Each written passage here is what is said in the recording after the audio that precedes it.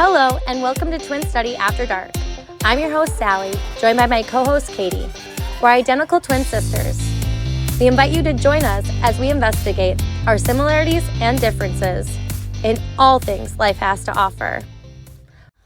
Hi, everyone. Welcome to Twin Study. This is your host, Sallie. And your other co-host, Katie. Hey, so welcome in today. Last week, we kind of alluded to the fact that we made an episode about motherhood. And if I'm being honest, we basically did a whole episode on motherhood and then we listened to it and it was just really serious. It was very serious. Apparently we take motherhood very seriously. Yes, like we're not ourselves. But I mean, we're mama bears. But that is what motherhood does to you. Oh, totally. Like, oh, you didn't have anxiety? Here you go. Oh, you didn't have a care in the world? Here you go. And if people really want to hear about it, we will release it. Yeah. But it was basically just us talking about being a working mom versus being a stay-at-home mom because Katie, go to work. Sallie stays home. Now she's working part-time. But it was just comparing the differences and we got passionate about it. Yeah, we did. We both are pretty opinionated about it. Although have the greatest respect for each one. Yeah, and I think even though we both shared our thoughts on it, we came to the conclusion, both of us agreed at the end, you need to do whatever is best for you. So honestly, whatever is going to make you happy. And I will say, at first, that was staying home for me. I did it for 5 years, and I still do it during the day. I work at night now. But after 5 years of doing it and not being in the workplace, I did feel like I needed a piece of it again. Yeah, and I stayed home for a very minimal amount of time during COVID, and I realized... So yeah, your stay home wasn't even a choice, really. Yeah, it was forced, and I really appreciated the time I got with my son, but at the same time, I know that for me to be my happiest self, I need to be fulfilling my passions and my dreams, and I like that he gets to see that.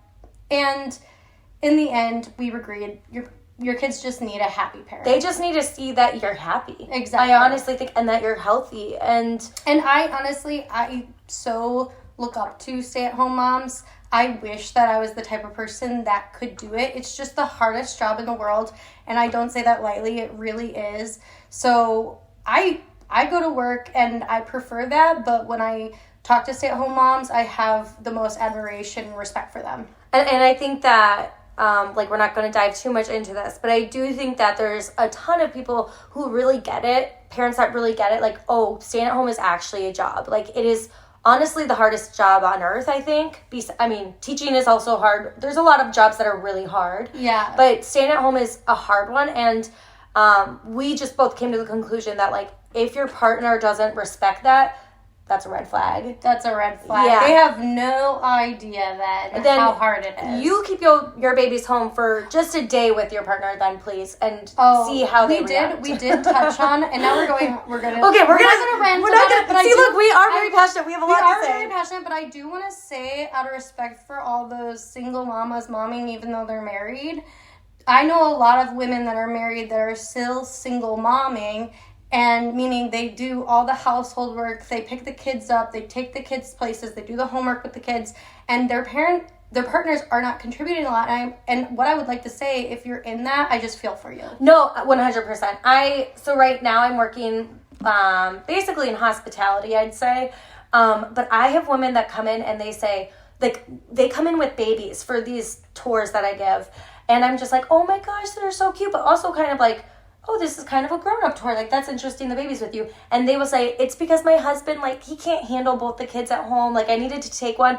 And that's sad. That's sad. That is very sad. You need equal parts partner. Yeah, and also, then you're not momming just the kids. You're momming your husband. Yeah, don't be babying your husband. Yeah, don't be babying your husband. I don't care if you say, to each their own. I'm like, no.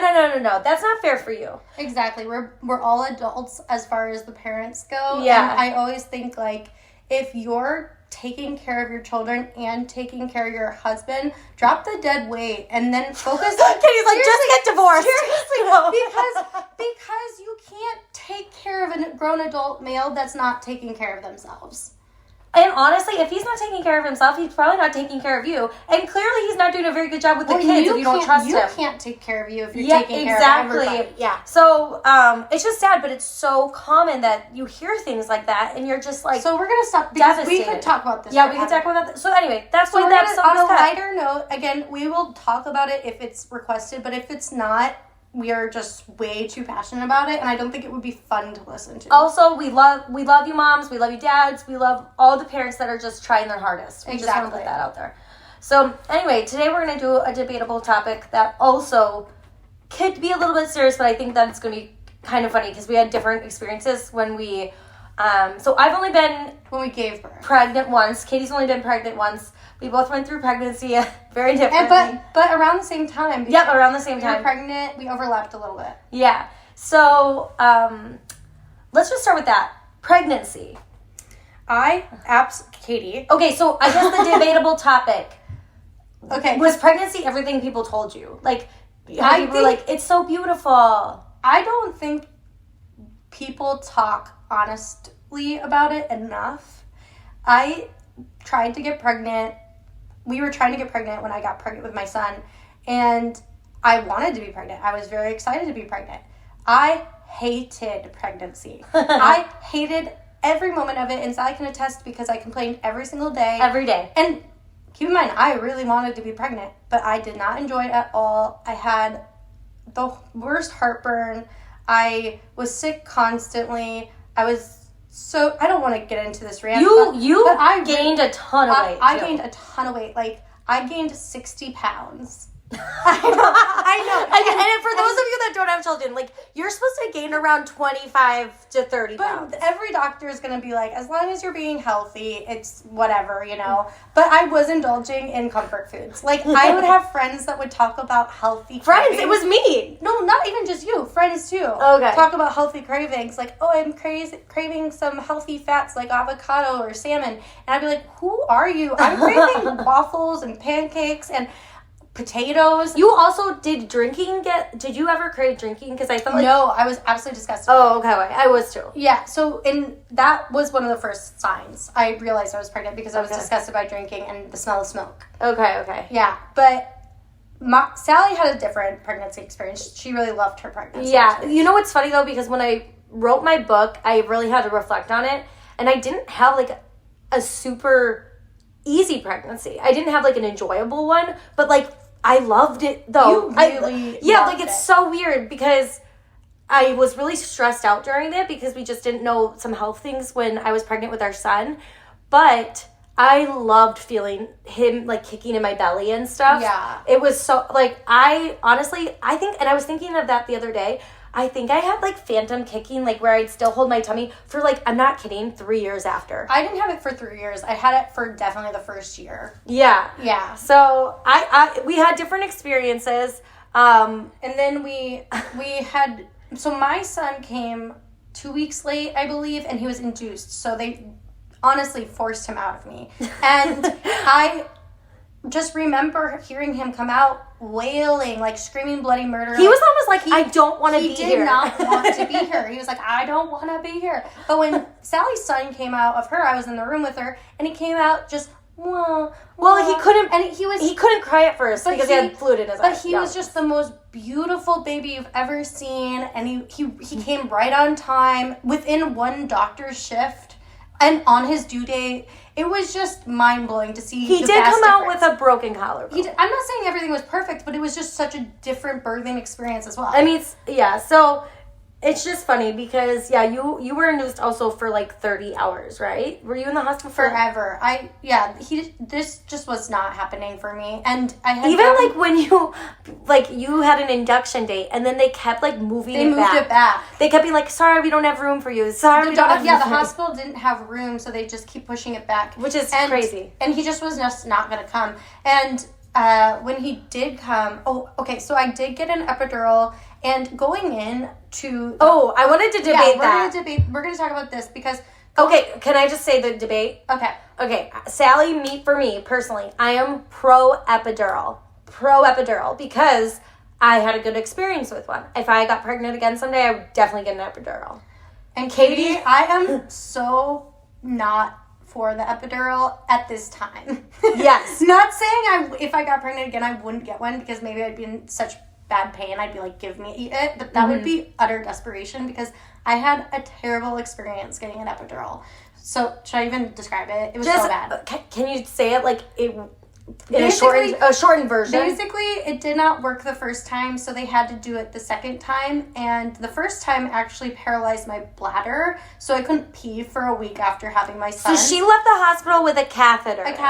And it wasn't. I wish I could describe how bad it was, but the fact is, you're so swollen down there, nobody can even find where you put the catheter in. So the pain I had to endure every single time.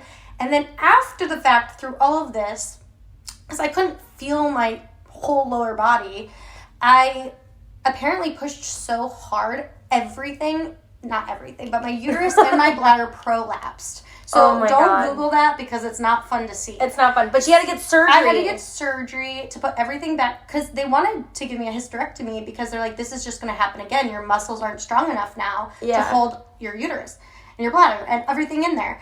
And I was, I always said I didn't know if I wanted another child, but the moment the option gets taken away from you, I was like, you start wanting. Please put it back together. For sure. And so they did. It was the most painful, excruciating surgery I've ever had.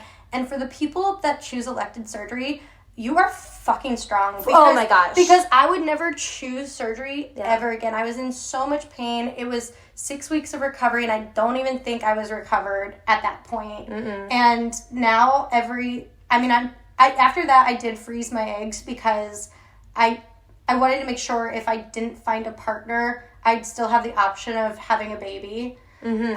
And I didn't want to try to find a partner just because Which is kind of crazy, though, that you wouldn't just choose the adoption route because you hated pregnancy and you had a very traumatic labor. Well, and honestly, looking at the adoption route, I always considered adoption. Yeah.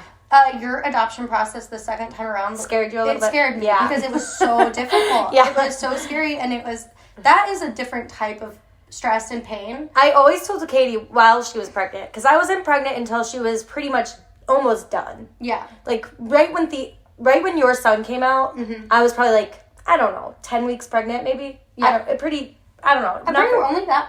Was I 15 weeks? I don't know. Was somewhere in there. It was earlier, but yeah. Yeah. So I always told her when she was complaining about how much she hated pregnancy, it was like, okay, well, try the adoption route. It's a lot. Like, I promise you there's nothing more taxing. Like, it is so emotional.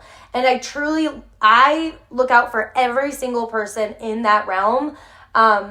It's a hard process for everybody. Yeah. When I got pregnant, I did realize there are pros and cons to both, 100%. Mm-hmm. Like, I had to be I was scared for my baby in my belly because we went to every appointment and there were things that weren't necessarily coming out normal. Yeah. And that's a level that I didn't have an adoption. Like, I didn't know things that were going on. So, so that was different. But, yeah, I always was like to Katie, I was like, stop complaining about pregnancy. Like, also, people, kill for this, Yeah, exactly. Type thing. But we've also, I think we're evolved enough to say everybody's battle is their battle. You know what I mean? You can't compare them. Right, exactly. And I feel for people too that have difficulty getting pregnant. I know it's probably one of the hardest challenges. Sallie had trouble, and I know that at that time you really were annoyed by me. So yeah. I get it, and I've seen it as well. But also I can reflect and say that was not fair for me to judge people at that point. It was coming from a place of hurt, and really selfish greed, basically. I thought that I too, I understand when people want something so bad but they just can't get it. That's a special form of torture. It is a special, and honestly, I feel like it's always the thing you want most. It's always the thing. Yeah. Do you want to tell them what you wanted most and what I wanted most? Okay, so everything. I think most people know this about me because you can gather from the amount of people and animals in my house. I've always wanted a big family, and people would be like, but what do you want to be when you grow up? Or what do you want your career to be?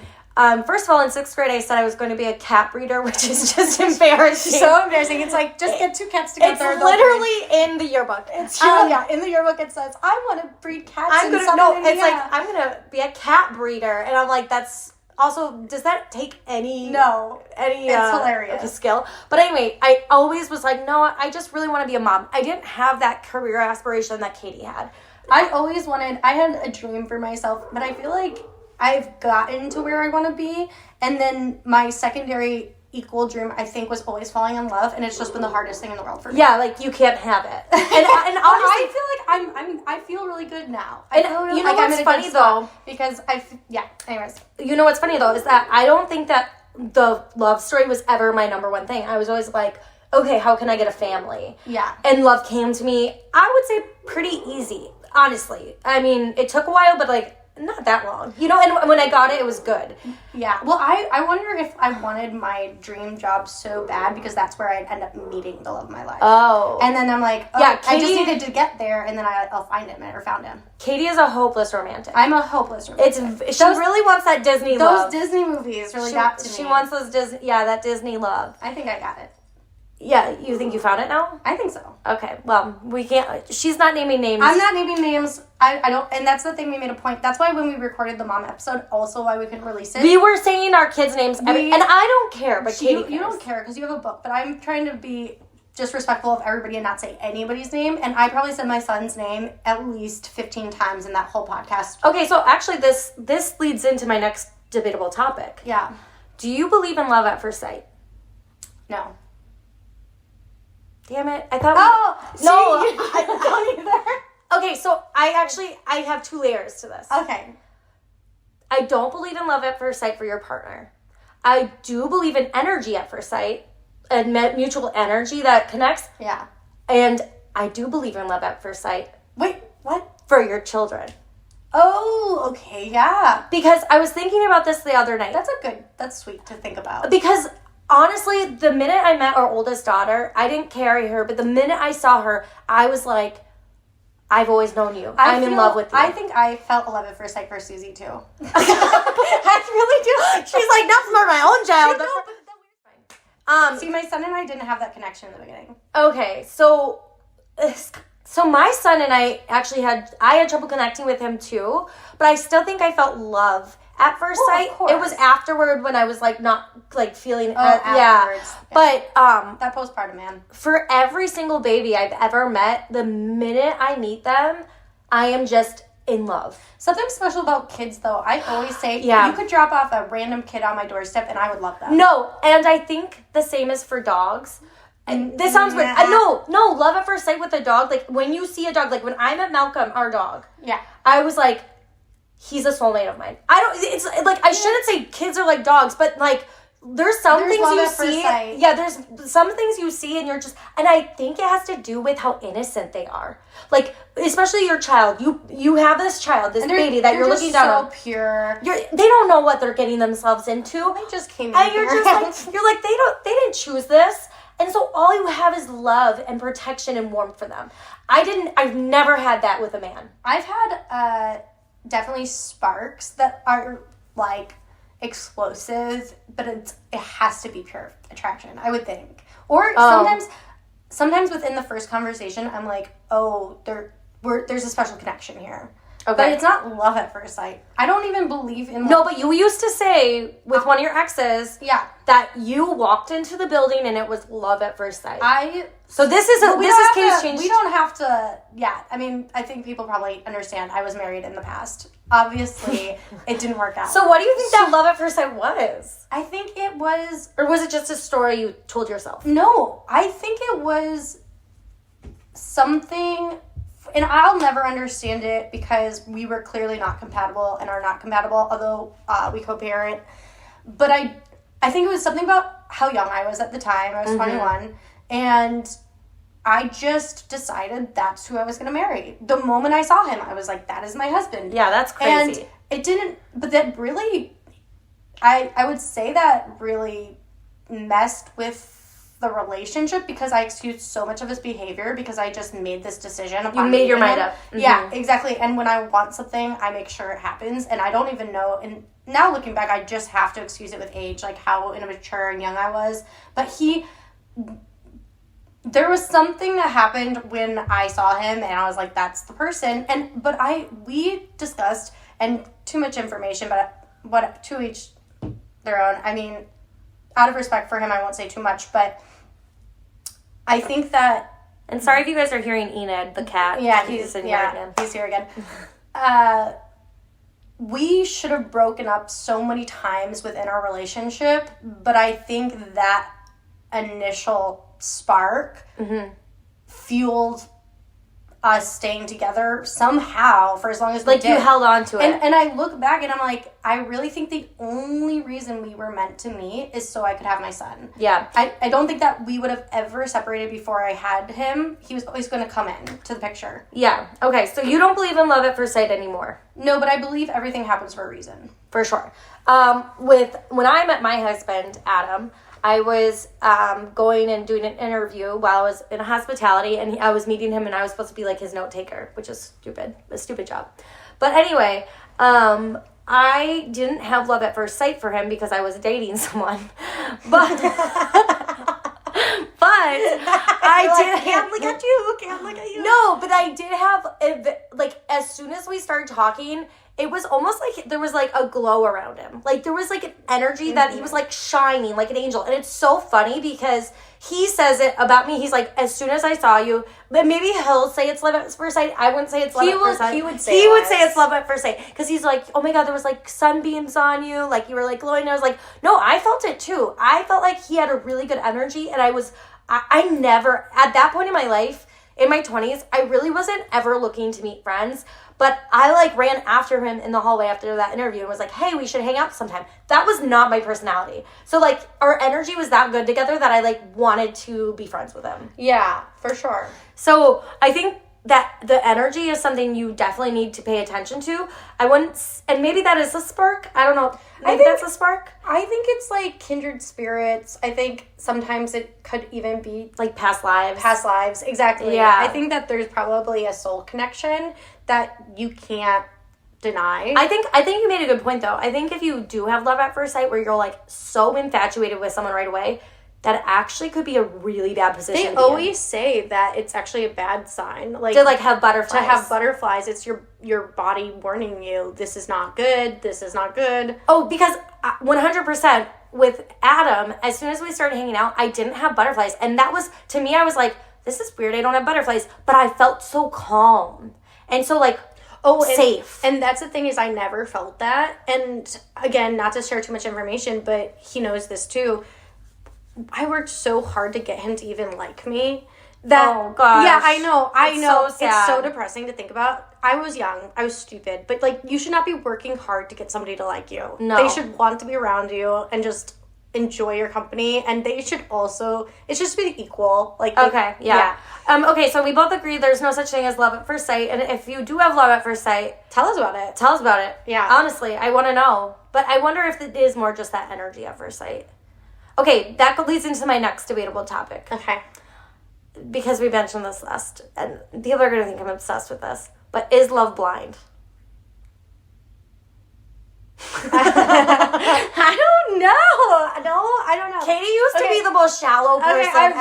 Clearly. No, you really were. I really think I have been shallow in the past because I would be like, this guy's nice, try dating him, and you'd be like, no, and I'd be like, this guy's nice, try dating him, no. I also, everything that I thought I liked really doesn't matter. Because what you mean like a good nose, good eyebrows? Because you were shallow.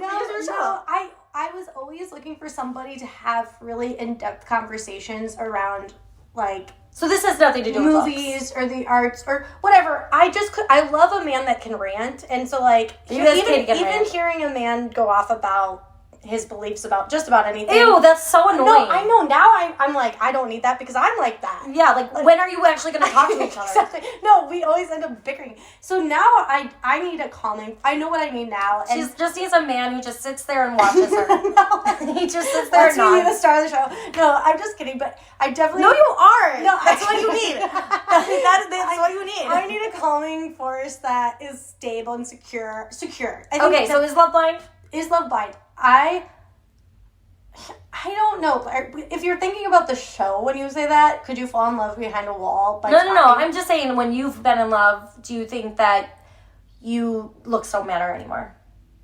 I think you start to feel you start to be more attracted to them, the more you love them. Okay, so I think... Oh, and I also think love can blind people. Yes. I agree. To many, many flawed behaviors. To a lot of flawed, red flag, terrible behaviors. Oh my God, yeah. Oh my I've gosh. been blinded by You love. have blinders on. Yeah. Yes, I agree. No, I was just thinking that... I think that, too, this is different for girls than with boys. Because I've heard that boys don't really approach a girl unless they think she's attractive. And okay, so I'm not speaking for all girls, but for me personally, or you personally, well, you've evolved, but you used to be really shallow. But I think that girls are better at meeting a man, not really 100% knowing if she's attracted to him, getting to know him, and then he becomes attractive. 1,000%. Guys, I don't think do that. I don't think guys usually do that. I think they form their opinion on, okay, if she's attractive, I'll go get to know her. We really need some guy friends, even though we said we can't be friends. Yeah, sorry, to guys. understand if this is I know, valid. we're just doing them We're dirty. just making sure. Yeah, we're making shit up. I'm gonna have Adam just say his perspective. He's gonna say whatever you want him to Yeah, say. he's just gonna sit there and nod. See, I told you, we go for men that just sit and nod and listen to us. I don't know. I like there to be. He needs to have a backbone, but like. But looks-wise, you don't care anymore? I do care. Like, I need to be attracted to them. I absolutely need to be attracted to them. I'm not going to date somebody I'm not attracted to. Okay, sorry, I'm shallow. But it's true. I need to be attracted to them. I think if people were being honest, they'd say that. Well, because you look at them all the time. I also think that there are so many men who are not the most attractive when they first get with a girl, and then 10 years later, they're just aging like fine wine. It's also not fair. Men get hotter as they get older, and women, I don't want to bash women, but, it's a lot harder for us to stay as good looking as we are when we're young. And men really do get just better looking and better looking. I really think, I think a lot of guys get better with age. I think you have to be attracted to your partner. I'm going to say you have to be attracted to your partner to be with them. Okay. So, love isn't blind. You don't think... Okay, well... So I'm still shallow, I guess. Sorry. But I just think you have to be attracted to your partner. It's hard to answer because I feel like everybody I dated, they were attractive enough to me to, date them. Do you know what I mean? So I don't know either. It's not like I didn't ever date someone who was, unattractive to me. You know what I mean? But I do think that, I personally do think that love is blind to a degree. Because, I think it is a little bit. Because I think once you start dating them, you just fall more in love with them. And you're just, then you just really don't care what they look like. Assuming you'll start dating somebody you're not attracted to. Yeah, but I will say that I've dated a lot of guys that weren't necessarily my type. At first. Yeah. And then they became my type. Yeah. I don't know. I think I'm going to stick behind the fact that you have to be, I don't think love is blind. I think you have to be attracted to your partner. And, right away? No, I think, like I said, as you get to know somebody, and if you start to really like them, you start finding more and more things about them attractive. I feel like we're saying the same thing. We're saying the same thing, okay. Yeah. Are you going to say your line? This wasn't even a debatable topic. Was this even a debate? No, was this even a study? You're like, this isn't even a study. This isn't even, I never said it like that. But I was thinking back to our last episode, and our t-shirts have to say, this isn't even a study. Okay, so I was listening to a podcast today, and I always feel guilty because I say so, and anywho. And I was listening to a very famous podcast today, and she said all those words too. Was it Kristen Cavallari? Because I love her. Oh, I love her, but it wasn't her. She's like my... But I'm sorry, guys. I have a lot of filler words. When I was dating somebody, and not going back to dating this last... Oh my God, we say every time we're not going to talk about exes. He honestly was so embarrassed about the amount of times I said the word He always said I sounded like a valley girl, that he one time not refused, I didn't ask, I didn't force it, but... He's like, actually, you just can't speak anymore. But, at a work event, he was like, please don't speak to my boss. That's horrible. I know. Oh my God, that's crazy. That type of thing sticks with you. So I really, really try, guys, and I'm sorry. It's still Dad, ever since we were in high school, my dad was always like, you need to say like less. Do you remember that? Dad was like, yeah. But my dad says every 5 seconds. He's always like, But okay, back to the guy who basically told you to not speak at all. That's crazy. What is this, Handmaid's Tale? He just brings like a muzzle over you. Stop. Ew, gross. Ew, well, no, I was going to say a face mask, but now it's all too real with COVID. Oh, yeah. But, so... I think we're done with this episode. Wait, I had something to say in regards to that guy. Look at Enid just playing with his little ball. Oh, anyway, I think there will one day be an episode where we don't bring up an ex. We tried so hard last episode and it didn't work, and then we tried so hard. Can we end on some funny stories from our kids? Sure. Okay, so I thought that we could share because being moms is basically the best job in the world. I was also thinking we don't have guy friends because we have kids, and when the hell are we gonna hang out with guy friends? Yeah, what? I don't know. Who's spending their time hanging out They're with like, I want to come play with your children, and you're like, actually, you're not my friend anymore. Yeah, that's creepy. No, thank you. Okay, so funny stories about your kids. So within the last year, what do you think? I mean, I could say within the last week. It's so cool because kids give you something to laugh about every single day. So just recently, my son, this is Katie, he always comes into my bed, and it's just one of those things. I'm a working mom, so like, I'm not a big stickler about you have to sleep in your bed. This has nothing to do with being a working mom. I know, but some moms are really sticklers about. Yeah, but that has nothing to do with being a working mom. No. But the reason I'm not a stickler about it is because I feel like I don't get enough time with him during the day that I just cherish it when he comes in at night. Okay. So that is about being a working mom. I understand, but some moms are more like, you have to sleep in your own bed. I'm not like that. So he came in at all. He came in the other night and he crawls into bed and he's really awake and he's just being silly and I'm exhausted. I want to go to bed. And I was like, you have to go to bed. If you don't stop playing right now, I'm going to make you go to bed in your room. And he's got mad at me. And he's like, I'm mad at you now. I'm not going to cuddle you. And I was like, oh, thank goodness. Like, I can finally sleep without this bitch attached to me. Good. Yeah, I'm going to spread out. I can't wait. And he was mad at me, rolled over. And then 3 minutes later, he, like, scoots in and he cuddles up and he's like, Mommy, can you cuddle me? That's cute. I know. And I'm like, they're just so funny. Sometimes when they get angry, it's the most hilarious thing. Or sometimes when they say rude things, you just are like, that was really rude and it hurt my feelings, but it's actually really funny too. Yeah, I'm trying not to laugh. Yeah. Okay, so I got a tattoo that I basically got in to honor my family. So me and my husband got tattoos this year, and we got like 6 mountain peaks for the 6 people in our family. And we weren't really tattoo people before we got them, but now I'm pretty sure that my husband's going to have like a whole sleeve on his leg sometime. Sleeve on his leg. Is it called a sleeve if it's on your leg? I don't know. Somebody give us that answer. I think it would be. But anyway, I got my tattoo. I was so proud of it. Like, I was like showing them and everything when I got home. So my son, he knew it was there because I showed him and I was like, look, this little mountain is you. And I was just so excited. And the next day, he was taking a bath in my bath because, of course, our kids use our bathtub even though they have their own bathroom. It's just bigger. And I was taking a shower. Okay, kids see you naked all the time. For parents, you know that this is a thing. Oh, yeah. But anyway, I was taking a shower and he goes, Mommy, your tattoo's not coming off. And I was like, oh, yeah, honey, it's permanent. It's going to stay there forever.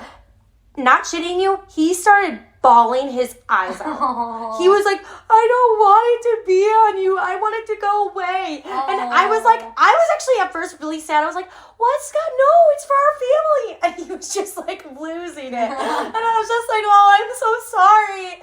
And he was just so upset that I put it on my body forever. Oh, really? Yeah. I was like, old man Scott right here. He is an old man.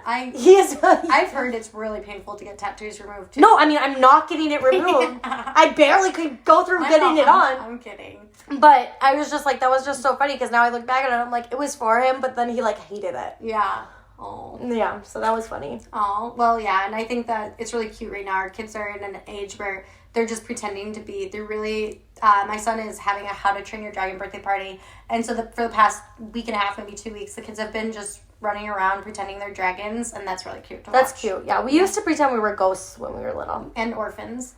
Yeah. Well, Annie was a big deal back then. It was, but it was such a strange thing to do. It is. I need to watch that movie. Yeah. It's probably really terrible now. Oh, yeah. It's a hard knock life. All right. Well, that's it. I think that concludes the episode today. So, anyways, thank you for joining us in this week's twin study. It wasn't much of a study. Katie, it wasn't much of a study. Well, thank you. We'll see you again next week on Twin Study After Dark. Bye. If you've enjoyed our podcast today, please rate, review, and subscribe. We'll meet again next week for more Twin Studies. Bye.